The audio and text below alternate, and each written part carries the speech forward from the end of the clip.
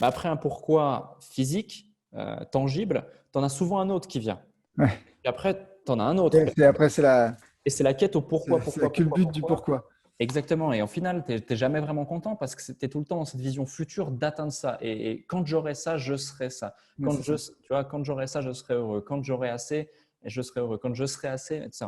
Donc, ce que je me suis dit par rapport à ça, c'est ouais, au fait, le focus, il est au mauvais endroit. Donc, j'ai arrêté de me penser au pourquoi. Maintenant, je pense au pour qui. Hmm, Et à chaque fois, pour chaque entreprise, en fait, le gros why, en fait, c'est plutôt pour qui est-ce qu'on fait ça? hmm, Qui est la personne qu'on veut vraiment impacter massivement? C'est quoi son objectif? C'est quoi ses frustrations? C'est quoi et comment faire en sorte que ça lui change littéralement sa vie, qu'elle ne puisse exprimer que de la gratitude par rapport à ça, et ce, quel que soit le domaine. Donc aujourd'hui, on avance comme ça, et dans tous mes objectifs, j'avance comme ça. C'est plus hmm. un pour qui par rapport à la cible que je vise que un chiffre, parce que pour les chiffres, surtout quand tu parles de chiffre d'affaires, ça veut tout et rien dire.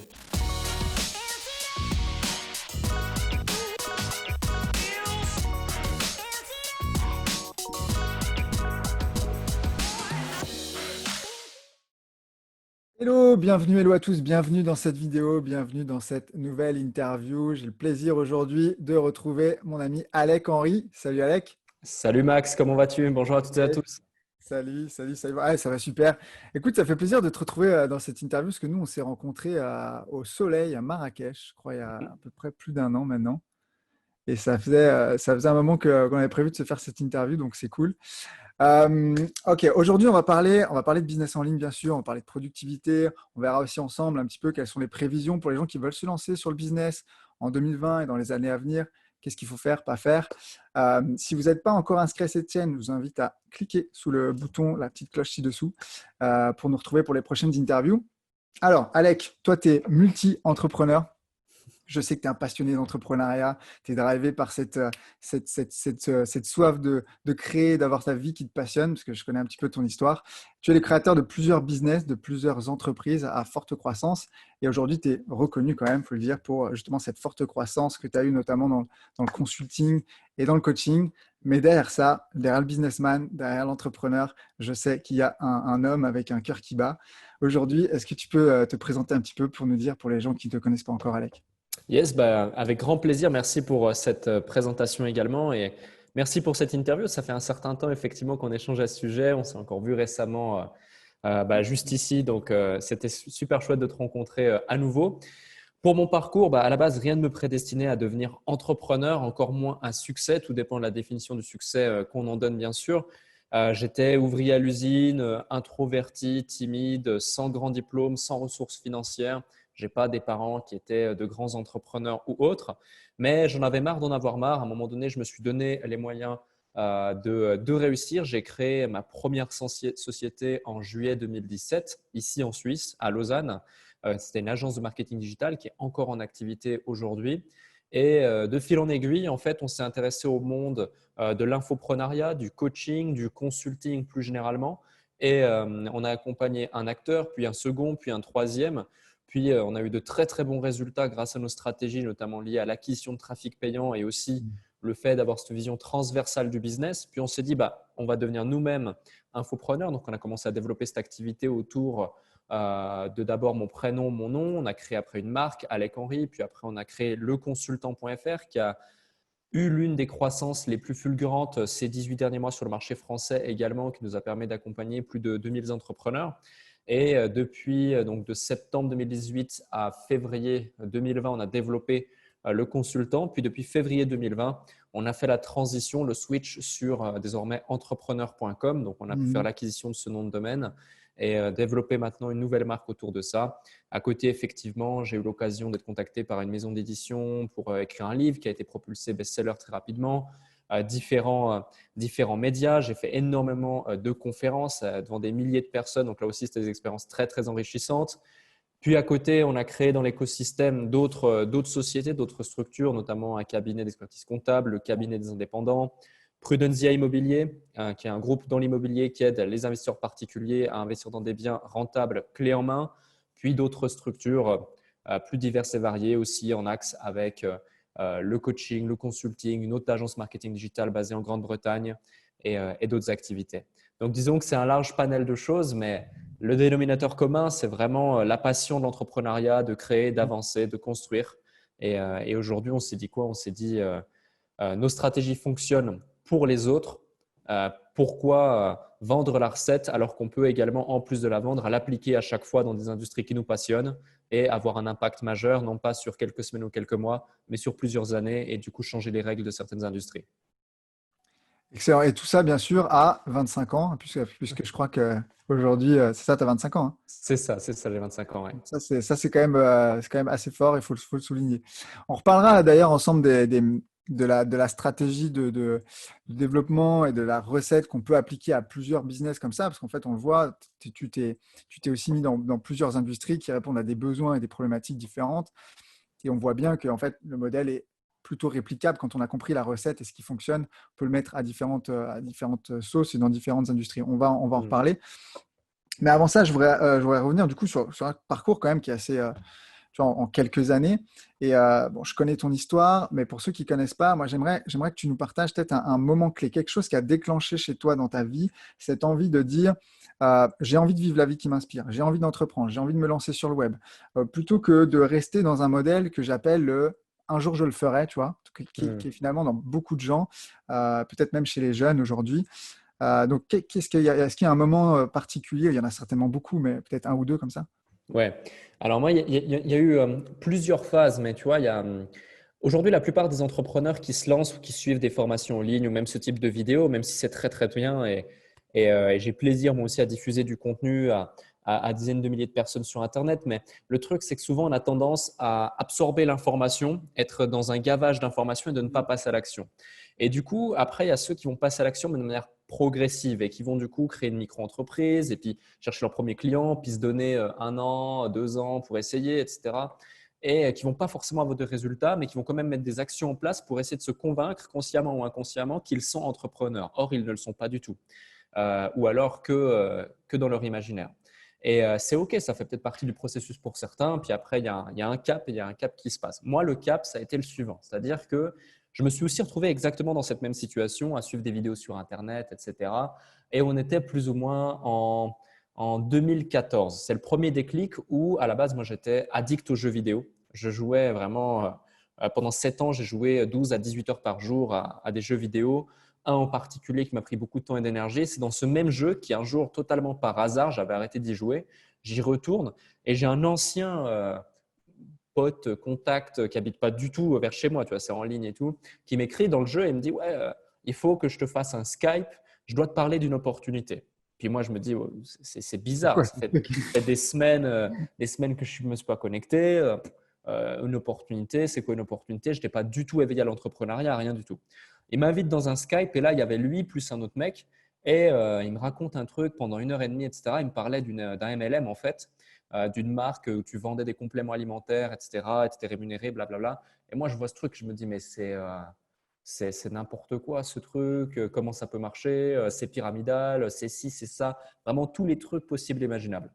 Puis au final, je me dis, le soir, je suis chez moi tranquille et je me faisais chier dans ma vie à l'usine d'ouvrier. J'étais étudiant à l'usine, j'ai fait 4 ans de formation pour avoir un diplôme au final d'ouvrier polyvalent parce que vu que je n'étais pas bon à l'école, c'était le seul apprentissage technique que je pouvais faire. Et je me dis, bon, bah, soit je suis condamné pendant les 60 prochaines années de ma vie ou 42 prochaines années de ma vie à faire ce job, soit bah, je tente ma chance et puis j'essaye. Donc je réfléchis, je cogite et je passe à l'action. Et effectivement, quand je passe à l'action, après, j'ai plus dormi pendant 2, 3 jours. Et trois Ce jours qui est plus tard, rare. exactement, c'est ça. Et 3 jours plus tard, j'avais déjà fait mon salaire mensuel que je faisais à l'usine, juste avec cette activité, en parlant un petit peu autour de moi. Sachant que j'avais pas de réseau, j'étais pas influent, j'étais timide, introverti, j'étais un asocial, j'avais pas d'amis. Et je m'étais incapable de faire ne serait-ce qu'un exposé devant 5 personnes avec lesquelles j'avais passé toute mon enfance. Alors pour ceux qui connaissent du coup l'industrie du marketing de réseau, ils doivent se dire mais comment c'est possible? Parce que ça va à l'opposé de tout ça. Tu vois, tu as besoin d'avoir un réseau, tu as besoin d'avoir des amis, tu as besoin d'être influent, tu as besoin de savoir avoir une bonne éloquence, etc. Ça, j'ai dû le travailler. Et en fait, si tu veux, bah, je me suis juste dit, tu dois le faire. Tu n'as pas le choix, tu dois le faire parce que je croyais tellement pas au truc et j'avais dû payer 500 balles pour entrer dans ce système que je me suis dit, là, j'ai genre 48-72 heures pour les rentabiliser coûte que coûte. Faut que je Donc, fasse. j'ai largement réussi et après, ça m'a donné un déclic. J'ai développé ça pendant un certain temps et le vrai déclic où justement, je me suis plus laissé de cette chance, c'est en décembre 2015, en fait, je termine ma formation, puis après, je termine mon service militaire qui est obligatoire en Suisse. Donc, je termine la formation, on me propose un job après mon service, donc pratiquement un an après démarrer le service, on me dit, bon, bah, tu peux revenir travailler, etc. Machin, on te propose un job. Donc, 4500 francs suisses, ça fait plus ou moins, c'est un bon salaire en Suisse, mais voilà, les salaires en Suisse sont entre 3005, Hmm. 4000, 4005, voilà. On me propose un bon job et là, moi, je leur dis non parce que je voulais toujours pas être condamné à ça. Et en décembre 2015, du coup, je continue en parallèle un petit peu le marketing de réseau, mais j'en ai marre parce que je vois que j'ai pas la pleine maîtrise du système. C'est pas mon bot, c'est pas mon truc, c'est pas mon système. Donc, j'arrête tout, vraiment, j'arrête tout et je rentre chez moi. J'arrête tout et je rentre chez moi. Et donc, je rentre chez ma mère au final, hein. Je retourne à zéro, Et hop, tu repars de zéro. vraiment de zéro, zéro, zéro. J'avais plus d'argent, j'avais rien, j'avais même pas mon permis de voiture, alors que j'habitais à la campagne en Suisse quand j'étais chez ma mère. Et, euh, et du coup, je me dis, bon, bah, il faut que je trouve un job. Donc, je vais à la ville la plus proche de chez moi. Je prends 20 minutes de train, etc. Je m'inscris chez ADECO, donc un organisme de placement, et je vais ouvrier à l'usine. Donc, je vais ouvrir à l'usine. D'abord, j'allais en train. C'était en décembre, janvier, février, en train le matin à 5 heures dans la neige, marcher pendant 45 minutes pour aller à l'usine pendant 8 heures, etc. Et là, en fait, tu vois, c'est tous ces challenges, toute cette Ouais, difficulté qu'au bout d'un moment, tu te dis, non, mais moi, je ne veux jamais faire ça c'est toute pas ma vie, possible. pas possible. Et là, j'ai passé littéralement 4 ou 5 mois à chercher toutes les opportunités possibles qu'il y avait imaginables. J'ai tout fait, j'ai tout essayé. Et le résultat, c'était que je devais créer mon entreprise, ma société. Et la plupart, tu vois, ils vont créer une micro-entreprise à nouveau, une raison individuelle. Moi, je me suis dit, non, je dois créer une société. Donc, en Suisse, pour créer une société, c'est capital social minimum de 20 000, plus des frais administratifs à côté d'environ 5 000. Donc, quand tu as zéro, tu pars de zéro, etc., tu dois sortir une telle somme, c'est plutôt compliqué, c'est plutôt challengeant. Donc, ce qui s'est passé, c'est que j'ai dû l'économiser. J'ai économisé, j'ai économisé, j'ai économisé. Et puis ensuite, du coup, je suis passé à l'action, j'ai créé ma première entreprise et j'ai brûlé tous les bateaux, j'ai quitté mon job, j'ai quitté la sécurité, j'ai tout quitté et j'ai pu avancer. C'est ça, donc où bah, je retourne à l'usine, ouvrier polyvalent, je trouve ce job, je vais tous les matins à pied 45 minutes sous la neige pour marcher, après je fais mon permis de conduire, je fais différentes choses. Je cherche toutes les opportunités possibles et imaginables, je me dis qu'il faut que je sois entrepreneur, mais il me faut du capital. Donc là, ce que je vais faire, c'est que je vais cumuler 3 jobs. Je vais être ouvrier à l'usine le jour, arbitre de foot le week-end, agent de sécurité la nuit. Et tout le temps qui me reste, eh bien, je vais essayer de mutualiser les activités pour pouvoir écouter des audios, écouter des vidéos, écouter des formations, même si j'ai très, très, très, très peu acheté de formations. Et c'est probablement une erreur, entre guillemets, dans le sens où j'aurais gagné beaucoup de temps et donc beaucoup d'argent sur tous les 6 à 9 premiers mois de mon activité qu'on a pu se lancer en juillet 2017. Et du coup, de février, mars, voire avril 2016 jusqu'à juillet 2017, eh ben, je fais que ça, bosser, bosser, bosser, bosser, euh, économiser des sous et essayer de me former, d'apprendre des choses, de découvrir des opportunités, de réfléchir à ce qui serait possible de mettre en place. Et ensuite, on se lance en juillet 2017 et depuis, on a eu une très belle croissance. Mais Sur- voilà, sur- c'était vraiment ça le déclic. ouais. Ouais, bah, c'est ça. D'ailleurs, sur ton site, tu dis à un moment donné, il est de mon devoir d'être acteur de ma vie. C'est ça pour toi, être acteur de ta vie, c'est prendre les choses en main. Ouais, ouais, Qu'est-ce que, clairement. qu'est-ce que tu dirais aujourd'hui, toi, au Alec il y a quelques années par rapport à ça? Est-ce que tu dirais quelque chose aujourd'hui avec ce que tu sais aujourd'hui? C'est une question intéressante. C'est une question qu'on m'a posée également récemment dans une interview aussi. Et tu vois, je dirais simplement, ce que j'ai répondu, c'est que je lui dirais rien en fait. Je lui dirais, fais le Oui. chemin parce que même si, tu vois, c'était très difficile, même si j'ai fait des erreurs, même si je me suis épuisé, même si J'ai perdu des amis, j'ai perdu jusqu'à près de 20 kilos à un moment donné parce que vraiment, il n'y avait plus que ça. Dans ma tête, c'était plus que boulot, boulot, boulot. J'oubliais de dormir. Je cherchais des stratégies pour dormir le moins possible. J'en étais arrivé à des fois dormir que 3 heures par jour. Je m'endormais dans ma voiture. Enfin, c'était vraiment, j'étais déterminé, j'étais obsédé par cet objectif d'atteindre cette liberté, ou tout du moins ce que je percevais comme étant une liberté. Mais tout ça m'a donné des leçons qui font aujourd'hui la personne que je suis et qui me permet, avec 24 heures, de réussir à les investir au bon endroit et de pouvoir quand même gérer une dizaine de sociétés, plus coacher des dizaines de clients à côté, plus avoir une croissance intéressante et gérer une vie privée qui me convient parfaitement à côté, quoi. Bon, on va en reparler de ça d'ailleurs, parce que ça c'est intéressant. C'est une de mes questions d'après sur la gestion de ton temps, justement, parce qu'aujourd'hui, énormément d'entrepreneurs, je pense que ça vient plus quand on est dans une phase de croissance et d'accélération, la gestion de son temps, comment on protège son temps, comment on se rachète du temps. Au Hmm. début, on a plutôt tendance à essayer de faire toutes les choses dont on a besoin pour pouvoir toucher cette croissance et être dans la phase de décollage. Tu as parlé de stratégie, on parle beaucoup de stratégie, on parle beaucoup de volonté, de discipline, de persévérance, de motivation. Je sais que toi, tu es du genre persévérant. C'est quoi pour toi la recette pour réaliser ces objectifs, voire même les exploser quand on veut entreprendre sur le web à partir, enfin, tu sais, lorsqu'on parle de justement motivation, volonté, discipline, est-ce que c'est des choses qu'il faut absolument mettre en place ou est-ce qu'il y a un équilibre entre avoir de la persévérance, quand est-ce qu'on décide d'arrêter, c'est quoi la volonté pour toi, la discipline? Hmm. Ouais, c'est une question pertinente. Je dirais que c'est hyper important. C'est hyper important d'être motivé, d'être déterminé, d'être tout ça. Donc, le mindset, c'est vraiment la pierre angulaire. C'est extrêmement important. Après, faut toujours… Des fois, dans le mindset, on a tendance à tomber trop dans le côté émotionnel. Hmm. Il faut toujours avoir, à mon sens, vraiment une part de pragmatisme et de rationnel prépondérante. Beaucoup diront c'est 80% de mindset, c'est 20% de stratégie. Moi, je n'irais pas jusqu'à dire que c'est l'inverse, mais je dirais plutôt 60-40. Il faut avoir un fort mindset, c'est clair. À 40%, c'est dans la tête, c'est les croyances, c'est ce qui te paraissait impossible hier devient ordinaire aujourd'hui. Aujourd'hui. Donc, oui, c'est hyper important et ça te permet de voir et de jouer à un autre niveau. Maintenant, il faut quand même se dire que sans action, il n'y a rien qui se passe. Hmm.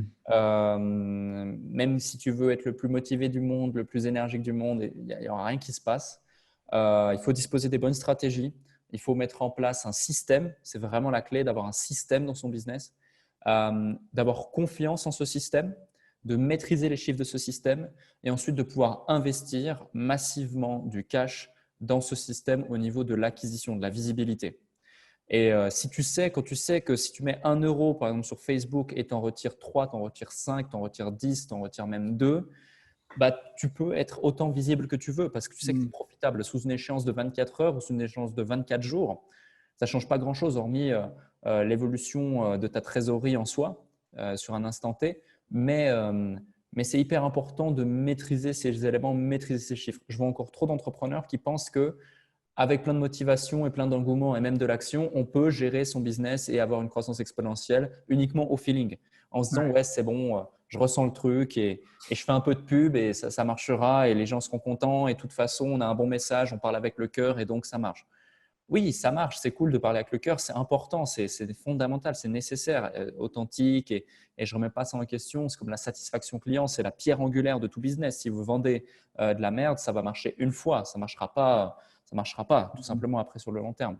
Donc, il faut vraiment, vraiment, vraiment toujours être dans cette dynamique, promettre moins, délivrer plus, ça oui, mais surtout oser investir massivement dans la publicité, dans la visibilité. Et c'est ce qui a fait toute la différence.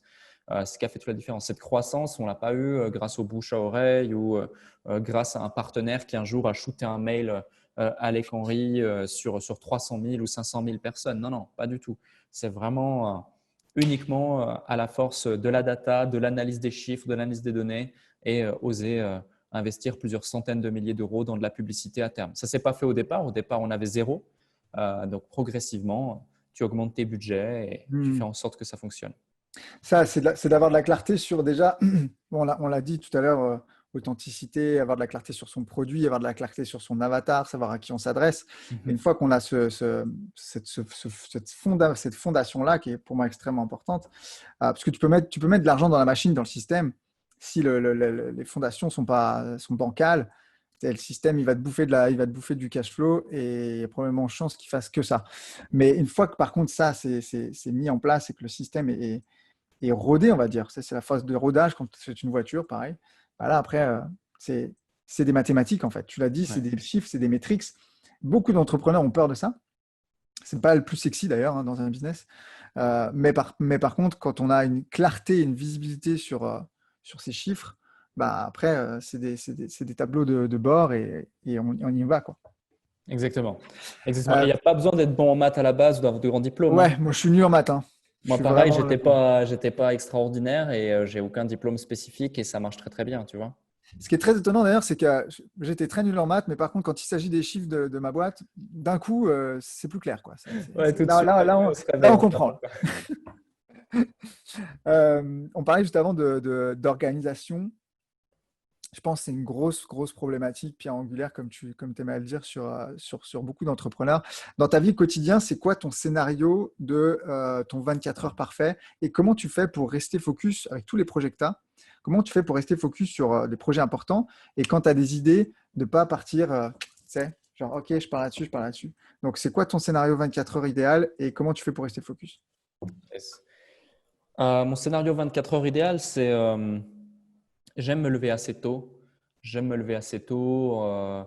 Ça dépend parce que bon, je peux tricher un peu quand je suis en Grande-Bretagne, tu vois, il y a une heure de moins, donc je peux tricher un peu. Mais je dirais entre 5 et 7 heures, vraiment, c'est nécessaire. Je dois être debout, je dois être prêt, je dois être frais en général.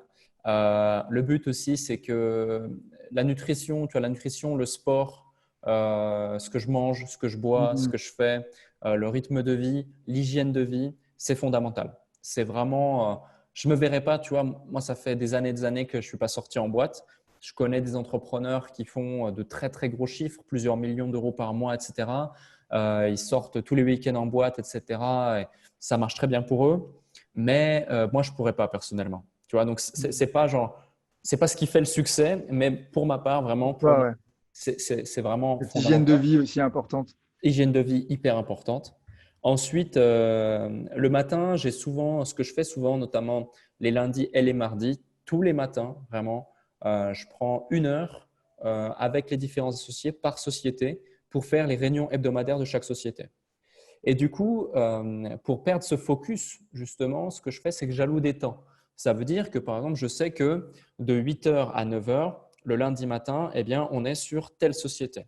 Et Mhm. vraiment, par rapport à ça, il y a déjà Là, la réunion qui a été préalablement, tu vois, préparée. On sait quels vont être les sujets, quels vont être les points, quels vont être les objectifs. Boum, boum, boum. On est une heure focus dessus. Puis après, la réunion d'après, de 9 heures à 10 heures, eh bien, on est une heure sur une autre. En l'occurrence, c'est le cabinet des indépendants, par exemple. Donc, une heure, boum, sur cette société. Puis après, quand la société grandit, comme là, par exemple, au début, c'était juste avec les associés. Maintenant, elle grandit. Du coup, on a le responsable comptable qui est avec nous. On a aussi le responsable technique qui, des fois, vient avec nous. Et du coup, bah, on a 15 minutes pour parler de tel sujet, 15 minutes pour parler de tel sujet, 15 minutes pour parler de tel sujet, 15 minutes pour c'est faire le organisé. établir les objectifs. Tout est organisé. Et ça, je l'ai répliqué sur le modèle de l'armée, en fait. Où justement, tu as des tableaux, tu as des objectifs. Quand tu es dans un état-major, tu dois justement si tu veux, tu as vraiment telle personne qui est responsable de ça, telle Mhm. personne qui est responsable de C'est ça, organisé. et KPI du truc, la durée, le truc, etc. Tu dois tout justifier et c'est organisé, c'est carré.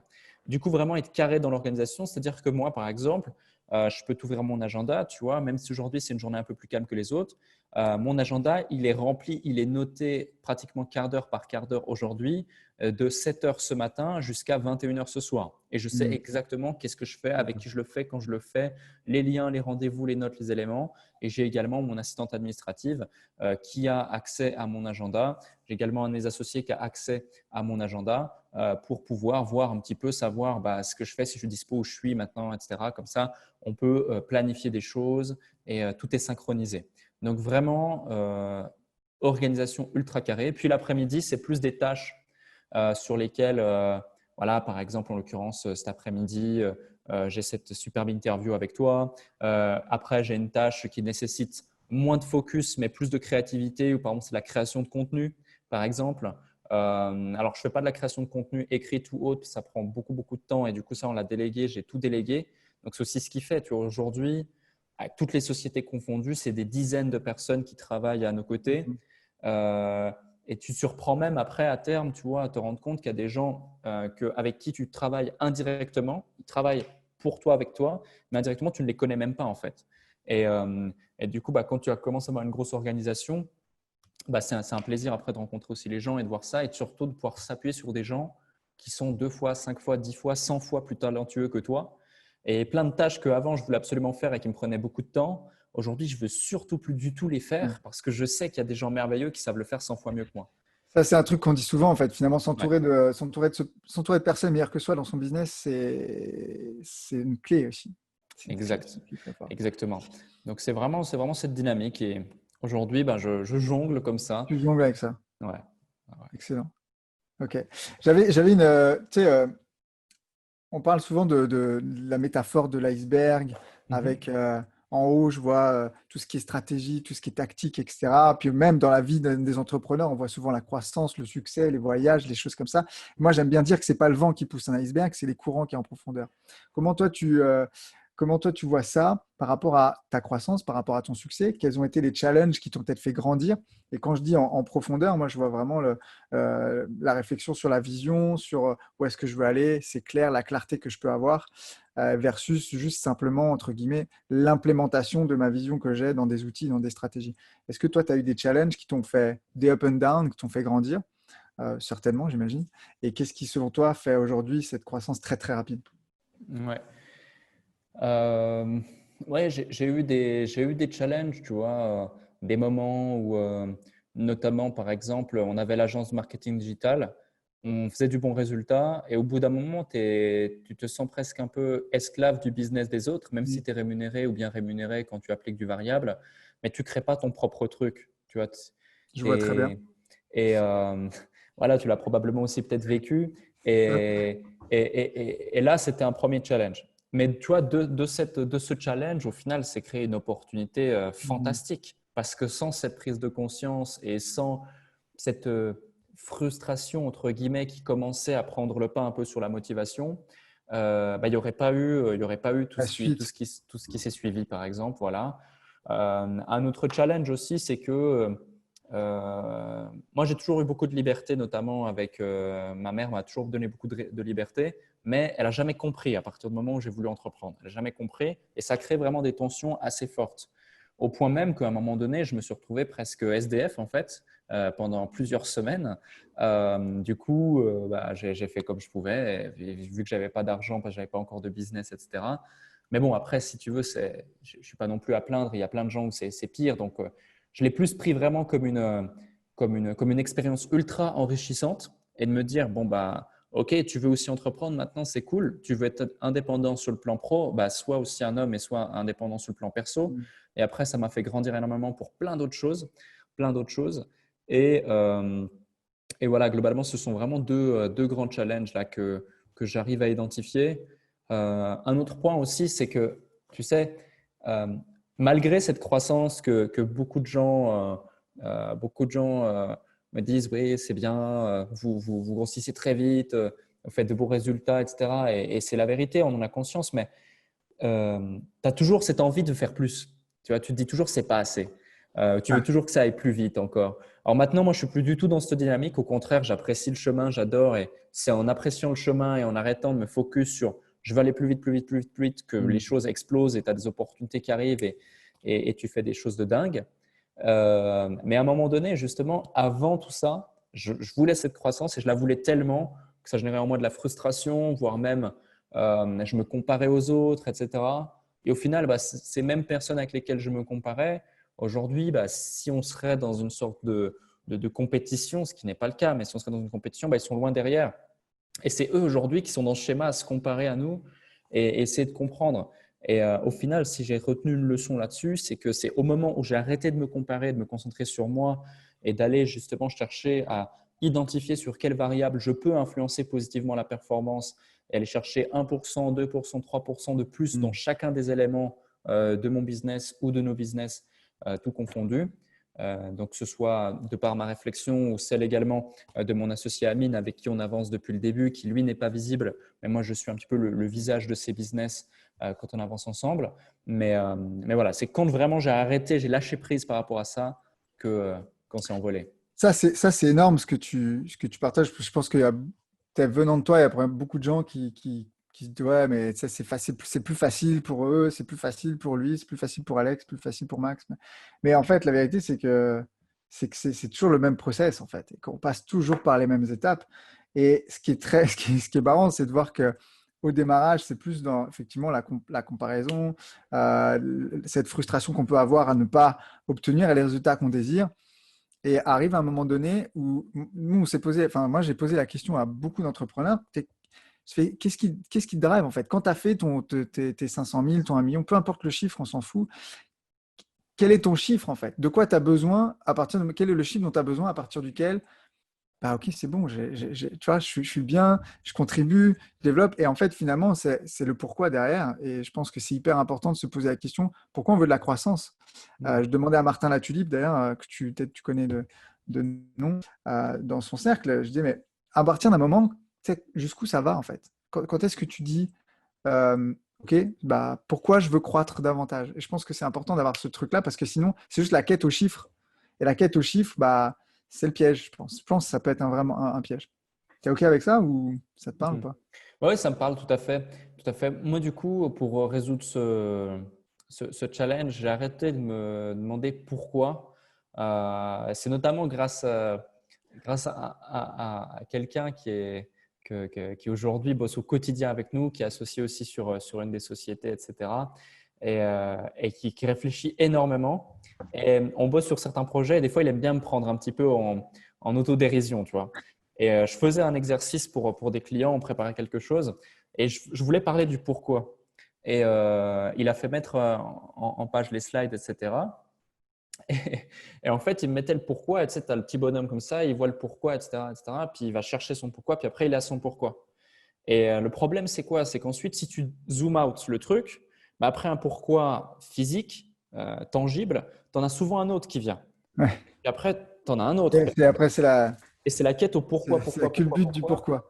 Exactement. Et au final, tu n'es jamais vraiment content parce que tu es tout le temps dans cette vision future d'atteindre ça. Et quand j'aurai ça, je serai ça. Mais c'est ça. Tu vois, quand j'aurai ça, je serai heureux. Quand j'aurai assez, je serai heureux. Quand je serai assez, etc. Donc, ce que je me suis dit par rapport à ça, c'est ouais, au fait, le focus, il est au mauvais endroit. Donc, j'ai arrêté de me penser au pourquoi. Maintenant, je pense au pour qui. Hmm, Et à chaque fois, pour chaque entreprise, en fait, le gros why, en fait, c'est plutôt pour qui est-ce qu'on fait ça? hmm, Qui est la personne qu'on veut vraiment impacter massivement? C'est quoi son objectif? C'est quoi ses frustrations? C'est quoi et comment faire en sorte que ça lui change littéralement sa vie, qu'elle ne puisse exprimer que de la gratitude par rapport à ça, et ce, quel que soit le domaine. Donc aujourd'hui, on avance comme ça, et dans tous mes objectifs, j'avance comme ça. C'est plus hmm. un pour qui par rapport à la cible que je vise que un chiffre, parce que pour les chiffres, surtout quand tu parles de chiffre d'affaires, ça veut tout et rien dire. Ouais, oui. Bon, ça dépend les industries. Ouais. D'ailleurs, c'est bien que tu parles de pour qui, parce que ça m'amène, c'est la question. J'avais promis en début d'interview qu'on parlerait de ça sur le marché, en fait. Comment toi tu vois la question du marché les prochaines années et pour quelqu'un qui veut se lancer en 2020, qu'est-ce qu'il faut faire? Est-ce que c'est encore le bon moment, pas le bon moment? Comment tu vois le truc? Euh, je dirais que l'évolution du marché, donc si on contextualise le marché infoprenariat francophone, le marché de la monétisation des compétences, des connaissances francophones, depuis fin 2018, eh bien, il y a Ça se vraiment, complexifie. il y a vraiment une complexification du marché, ça se structure, il y a une Ça se professionnalise aussi vachement. professionnalise exactement. Euh, et tu es obligé, en face, si tu veux te dissocier de la masse, de répondre à ces critères, à ces standards. Sinon, bah, ça dépend de ton objectif, tu vois, mais tu seras juste la norme, la moyenne, voire même tu décolleras pas, quoi. Donc, pour quelqu'un qui se lance, c'est tout à fait possible. Vraiment, c'est tout à fait possible parce que on a encore aujourd'hui des gens qu'on accompagne qui démarrent et qui se lancent et qui arrivent à faire plusieurs dizaines de milliers d'euros par mois de bénéfices en seulement quelques semaines de mise en place.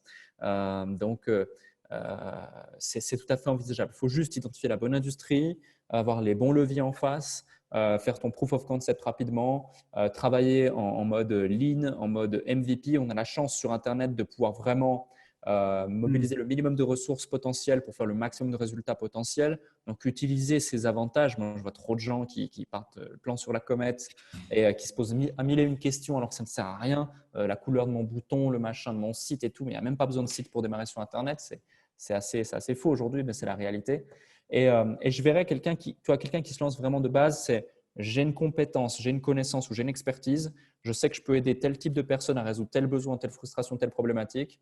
Eh bien, je vais directement aller les contacter et leur faire une offre de coaching, one-on-one, accompagnement. Je vais prendre 1, 2, 3, 4, 5 clients, 10 s'il le faut pour péter une fois pour toutes mon syndrome de l'imposteur potentiel, récolter des témoignages, faire du cash. Je vends mon coaching à certains prix, pas en dessous de 1 500 euros, voire bien plus pour celles et ceux qui peuvent se le permettre selon l'industrie et selon le livrable. Et ensuite, du coup, je garde ce cash, puis je mets en place un système, quelque chose de scalable, etc. Soit pour acquérir davantage de coaching, soit pour vendre quelque chose qui peut être vendu, dématérialisé, tel qu'un infoproduit. Mais avec un branding unique, avec toutes les clés qu'on a pu partager ici. Et là, dans ce cas de figure, oui, c'est possible. Par contre, il y a une notion qui est vraiment essentielle, c'est la capacité à toujours se remettre en question. Parce que faut se dire que jamais rien n'est acquis. C'est-à-dire que même moi, aujourd'hui, très clairement, à 200%, ça marche bien, etc. Même si on a une base mail assez énorme, même si on a des dizaines de milliers de personnes sur les réseaux sociaux, même si on a des milliers de clients, etc., bah, ça peut s'essouffler et demain, quelqu'un peut me passer devant et rafler la mise et puis ça s'arrête et dans 2 ans, Alec Henry n'existe plus. J'en ai conscience. Il faut l'accepter, il faut en avoir conscience. Maintenant, c'est comment on va éviter ça. Comment on va éviter ça? C'est justement de toujours avoir un coup d'avance, de bosser toujours plus dur, mais surtout plus intelligemment. Ça ne veut pas forcément dire faut bosser 50 heures par semaine sur un seul truc. Tu peux bosser 5 heures et être plus efficace qu'un mec qui en bosse 50. Ensuite, c'est la capacité de se remettre en question, savoir s'entourer et derrière se former, avancer, avoir l'humilité de se dire, parce que moi j'ai vu ça, tu vois, c'est clair, on sort de nulle part, un peu des ovnis, mon associé et moi. Les stratégies qu'on a, c'est essentiellement aussi grâce à lui. C'est littéralement un génie du marketing, un génie des chiffres, un génie de plein de choses. Tout ce qui touche, il arrive à exceller dedans.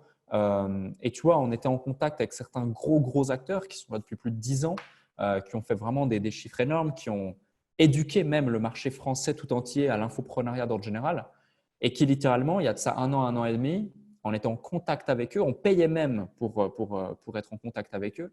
Ils ne voulaient pas écouter nos conseils parce qu'on n'avait pas encore eu les résultats qu'on a aujourd'hui. Aujourd'hui, ils seraient prêts à payer pour nos conseils et ils auraient dû les écouter car on leur passe devant. Donc, tu vois, c'est cette dynamique à se dire, avoir toujours l'humilité de se remettre en question. Moi, typiquement, j'ai des gens, ils n'ont même aucun résultat. Je les ai en coaching. Des fois, ils me disent un truc, je me dis, oh putain, mais oui, mais c'est ça, c'est ça. Il faut que ça, je l'implémente à mon business, que j'arrive, ou dans tel business, ah bah oui, c'est ce truc. Et jamais je me dirais, mais il est qui lui pour me donner un conseil? Moi, je suis ci, moi, je suis ça, mais jamais. Le moment où tu Avoir commences l'humilité aussi. c'est ça, l'humilité. Le Avoir moment où tu l'humilité commences à de faire dire, ça, bah ouais, une bonne idée peut venir de n'importe qui. c'est clair, à 200%. Ouais, Même des gens qui sont hors du marché et qui ne comprennent pas le contexte, mais qui d'un surtout, coup, justement, leur fraîcheur, boum, ça vient, tu vois. surtout des gens qui viennent pas du marché. Je pense que Ouais. les meilleures idées aujourd'hui, elles viennent justement des industries qui peuvent être connexes ou extérieures. C'est un truc de fou. Après, sinon, on tourne en vase clos constamment comme ça. Mm. Si toi, aujourd'hui, tu devais recommencer et que ce serait quoi? Enfin, tu devais recommencer sans tes compétences, ce serait quoi les 3 compétences justement par rapport à ce qu'on vient de dire qu'il faudrait avoir pour réussir? Ouais. Euh, Ça serait 3 compétences, ça serait de l'intelligence sociale. Hmm. Ouais, intelligence sociale pour comprendre vraiment les gens, tu vois, comprendre les Ouais. gens, comprendre ce qu'ils veulent. Psychologie de la vente, psychologie de comment, de la persuasion peut-être aussi. Alors, ce serait la deuxième compétence, ouais, la vente. Intelligence sociale, première compétence. Deuxième compétence, la vente. Et troisième compétence, en termes de compétences, ouais, je dirais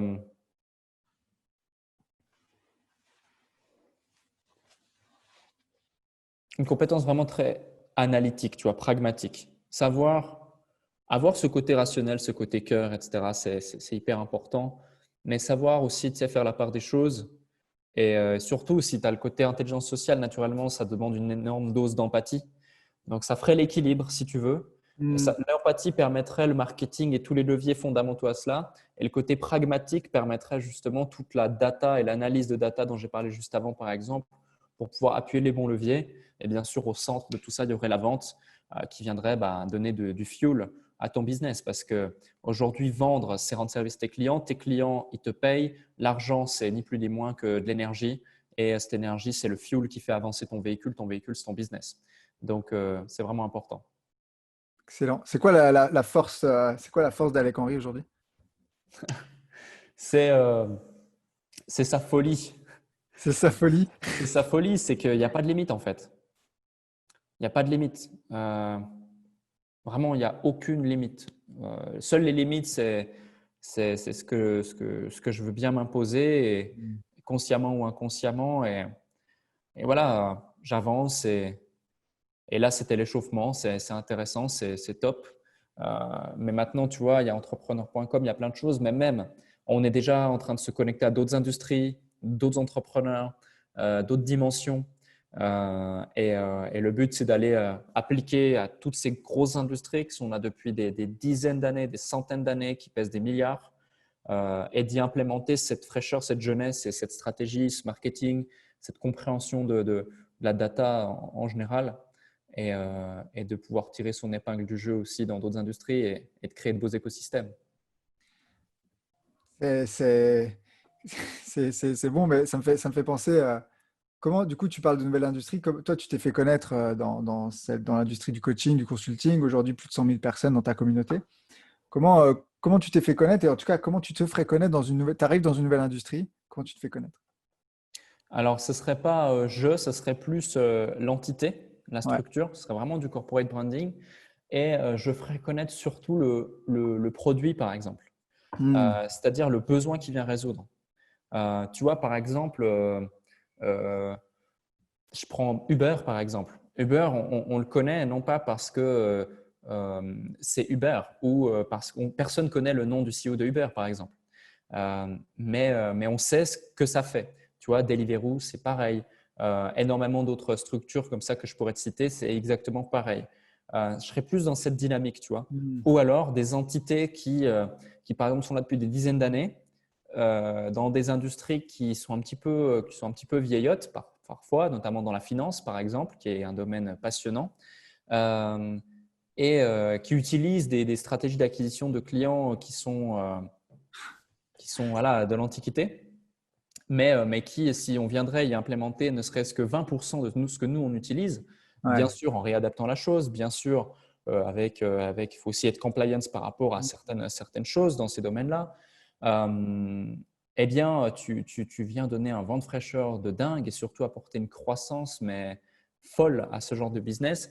Et là, la valeur par client, elle est totalement différente. Les capacités sont totalement différentes. Les dimensions sont totalement différentes. Je prends le cas, par exemple, ne serait-ce que par exemple d'une banque. Tout le monde a besoin d'une banque, par exemple. Euh, et après, derrière, pour les financements, pour plein de choses. Donc, il y a beaucoup, beaucoup, beaucoup, beaucoup d'implémentations, d'applications, d'industries dans lesquelles on peut se positionner, qu'on analyse, et pour certaines dans lesquelles on est déjà.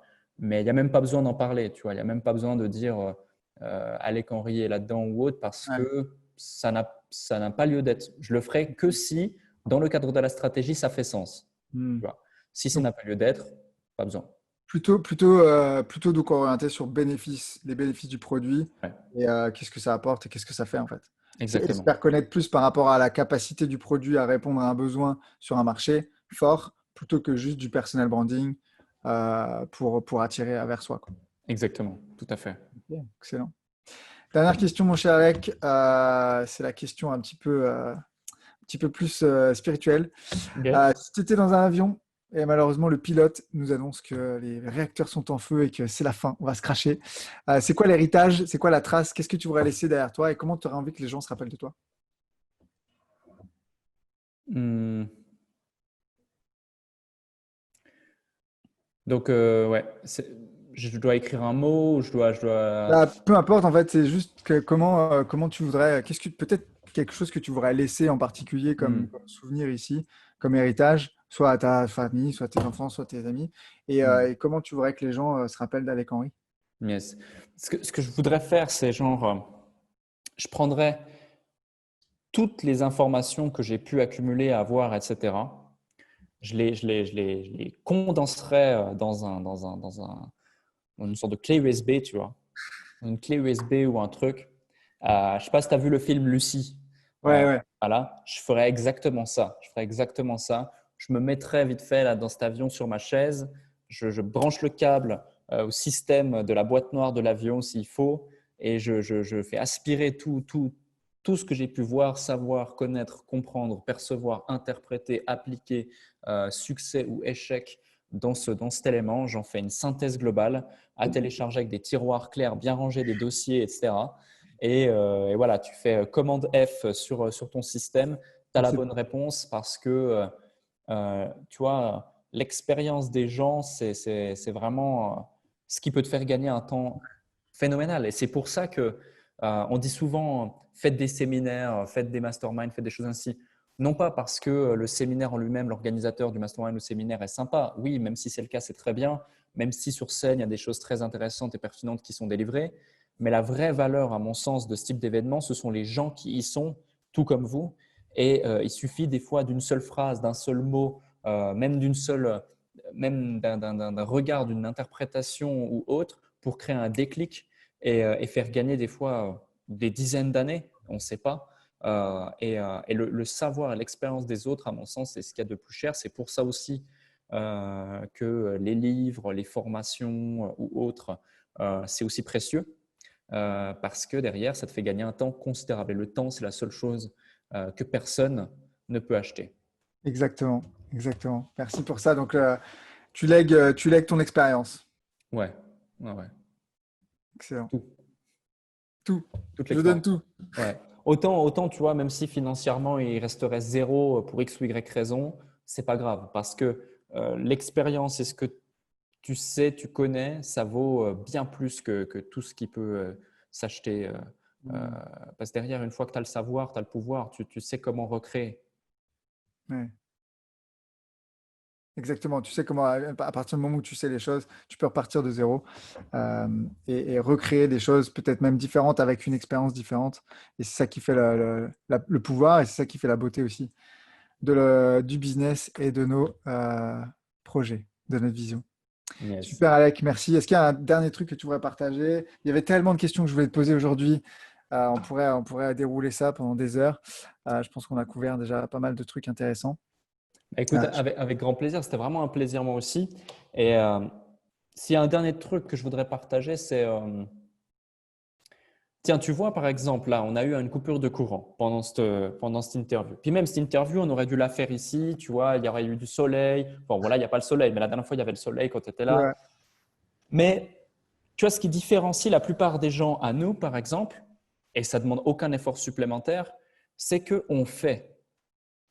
C'est juste ça, on fait. On aurait pu se trouver mille et une excuses, on aurait pu reporter, on aurait pu se dire ouais, bah écoute, t'es quand dispo à nouveau, c'est pas grave, la panne de courant, on fera un truc mieux. Et puis au bout de 2 semaines ou 3 semaines, il n'y aurait rien eu. Donc le conseil que je donne, c'est peu mm, importe votre niveau, peu importe vos objectifs, peu importe le contexte, peu importe le cadre, peu importe les obstacles, peu importe le coût, passez à l'action. Parce que cette interview, tu vois, bon, bah là, on discute ensemble, etc. Il y a des choses pertinentes qui ressortent et c'est génial.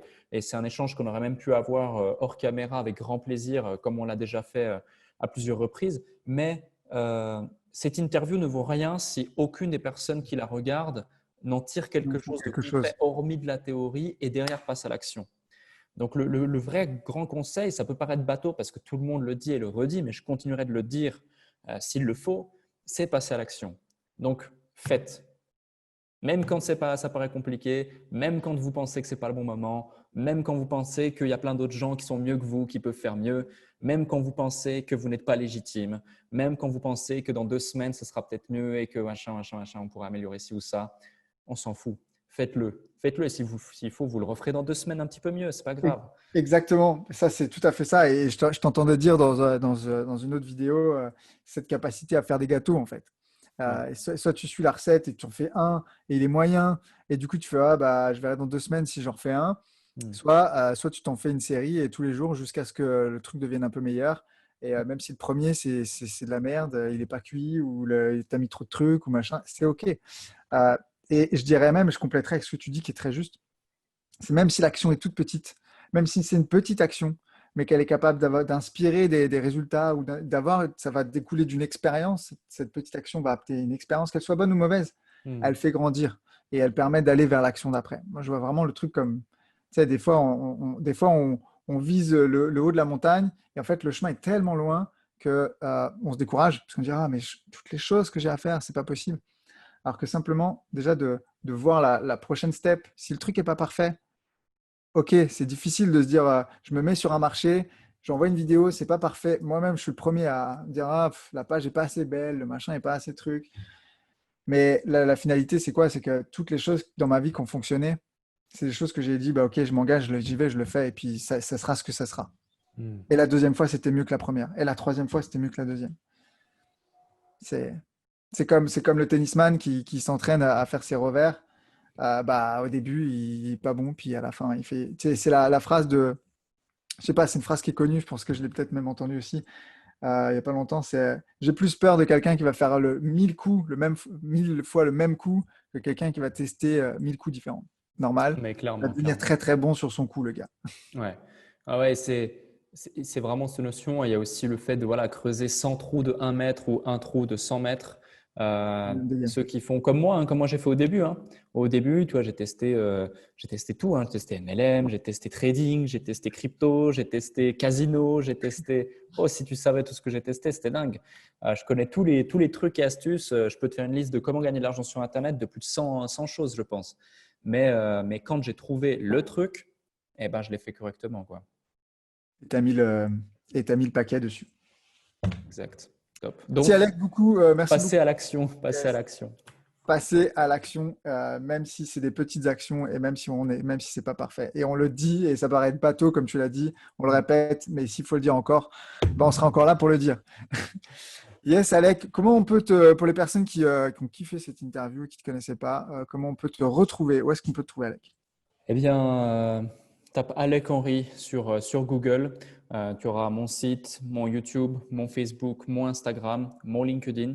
Donc, tu devrais trouver ton bonheur. Et sinon, entrepreneur.com avec un S, au pluriel entrepreneur.com. Et tu trouveras également ton bonheur là-dessus. Tu devrais pouvoir me trouver. Excellent, merci beaucoup, Alec. Et dernière chose que je voudrais préciser, peut-être vous poser la question, ouais, mais Max, Alec, vous faites à peu près les mêmes choses, vous êtes peut-être concurrents, etc. Déjà, je recommande Alec parce que je sais qu'il fait du travail de qualité. Et ensuite, c'est pas parce que on a des concurrents sur le marché que ça vaut pas le coup déjà de communiquer, d'échanger. Et puis il y a des gens qui vont attacher, qui vont connecter à l'énergie de l'un, de l'autre. Peut-être qu'il y a des gens qui vont apprendre quelque chose chez toi ou chez moi ou peu importe chez d'autres.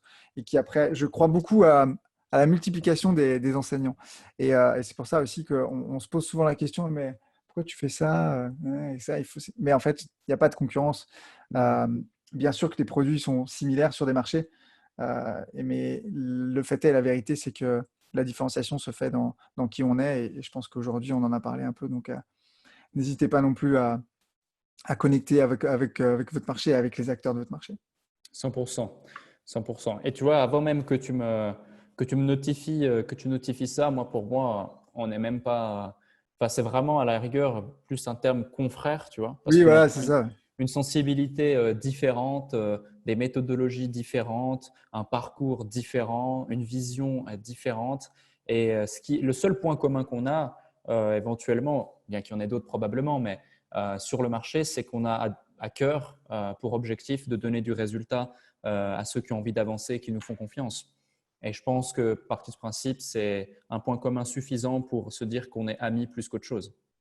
Exactement. Yes, belle conclusion. Merci beaucoup, Alec. J'espère que cette vidéo, cette interview vous a plu. J'ai hâte de vous retrouver dans une prochaine. Bien sûr, si la vidéo vous a plu, n'hésitez pas à la liker. Si vous avez une question à nous poser, en commentaire. Et puis, si vous pensez que ça peut aider un proche, quelqu'un qui a envie de se lancer, quelqu'un qui est dans le doute, quelqu'un qui pourrait, dont les réponses dont on a posé aujourd'hui, qu'on a développées aujourd'hui pourraient aider, n'hésitez pas à partager cette vidéo. Alec, à très vite. Merci beaucoup à toi. On se retrouve en Suisse très bientôt, j'espère. Avec plaisir, sinon t'es le bienvenu à Londres ou on se verra à Paris, ailleurs en France, peu importe, mais on se reverra, c'est sûr, avec grand plaisir. Merci à toi. Merci à toi. À bientôt et on se retrouve dans une prochaine vidéo. Ciao, ciao. Ciao, ciao.